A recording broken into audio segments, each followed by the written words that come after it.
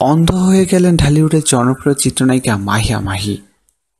৮ April Pohela Boishakh উপলক্ষে দেশব্যাপী মুক্তি পেতে যাচ্ছে ঢালিউডের হালের জনপ্রিয় অভিনেত্রী মাহিয়া মাহি অভিনীত নতুন ছবি অনেক দামে কেনা।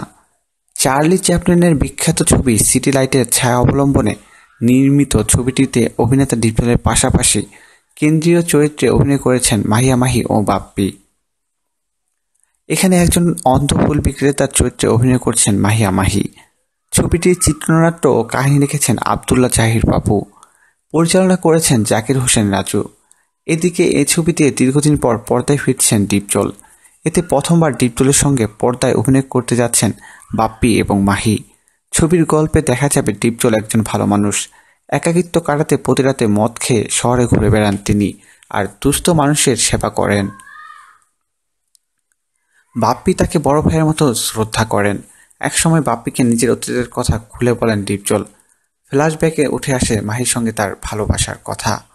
প্রিয় দর্শক, ধন্যবাদ ভিডিওটি দেখার জন্য।